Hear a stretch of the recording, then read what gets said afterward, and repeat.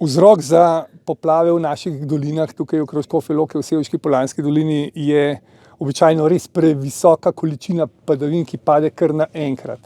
In če vzamemo v obzir, da imamo še zelo strma pobočja, ta voda kar naenkrat zgrmi v dolino, v potoke in reke in pač, če je padavin nekaj 100 mm na kvadratni meter, potem pač pride do poplav, vode prestopijo bregove.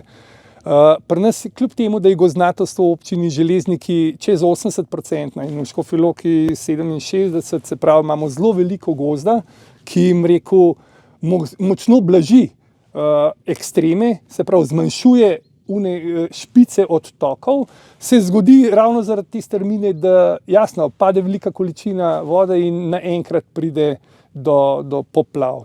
To se pravi, veliko stvari se dogaja v gozdu, a ne? In tudi v gozdu največje škode nastajajo na gozdnih prometnicah. Lastniki gozdov so pa dolžni, da vzdržujejo gozdne vlake.